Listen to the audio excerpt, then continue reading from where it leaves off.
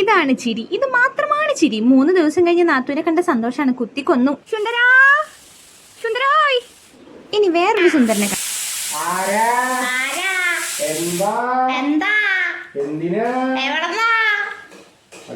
Camp കഴിഞ്ഞെന്ന് വരുന്ന പറയുമ്പോൾ ബിരിയാണി വയ്ക്കാൻ വേണ്ടി വാങ്ങി വെച്ചതാണ്. ഇത് നമ്മുടെ പറഞ്ഞ ലാസ്റ്റ് പീസ് കേക്കാണ്. അവൻ പറഞ്ഞു അവൻ ഫോട്ടോ എടുത്ത് തരാന്നിട്ട് അവൻ തന്നെ അത് എടുത്ത് തിന്നും ചെയ്തു. അയ്യോ പോയേ കാക്ക കൊണ്ടുപോയേ എന്നുള്ള ഫീലിലാണ് ഞാൻ ഇരിക്കുന്നത്. ബാക്കി പീസ് ഞാൻ അറിഞ്ഞം മുറിഞ്ഞം തിന്നു.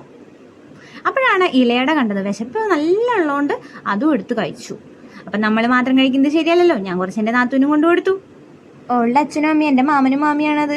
അവർ ബോട്ടിലതേ യാത്ര പോയിരിക്കുകയാണ് കേട്ടാ. അപ്പോൾ ചേട്ടനോട് പറഞ്ഞു ഇല മുറിച്ചുകൊണ്ട് വരണം. സ്വാഭാവികമായിട്ടും അപ്പുറത്തെ പറമ്പുന്ന പ്ലേറ്റ് കഴുകാൻ മടിയോണ്ടാൻ തെറ്റിദ്ധരിക്കരുത്. ചേച്ചി ചോറൊക്കെ വിളമ്പി തരുന്നുണ്ട്. നമ്മളെങ്ങനെ ചോറ് വിളമ്പുന്നു, അത് കഴിഞ്ഞ് ബീഫ് വിളമ്പുന്നു, പിന്നെ അതേ പപ്പടം ഉണ്ട്, തൈരും ഉണ്ട് കേട്ടോ. ചേച്ചി എനിക്ക് വേണ്ടി ഉണ്ടാക്കി തന്നതാണ് കേട്ടാ. അങ്ങനെ ചേച്ചി തന്നെ അത് വായിലും വെച്ച് തന്നു. നല്ല ടേസ്റ്റ് ഉണ്ടായിരുന്നു. അങ്ങനെ അത് മുഴുവനും കഴിച്ചു. ചേച്ചീൻ്റെ കൂടെ ഒരു ഫോട്ടോ എടുത്തു. ഇനി ഞങ്ങൾ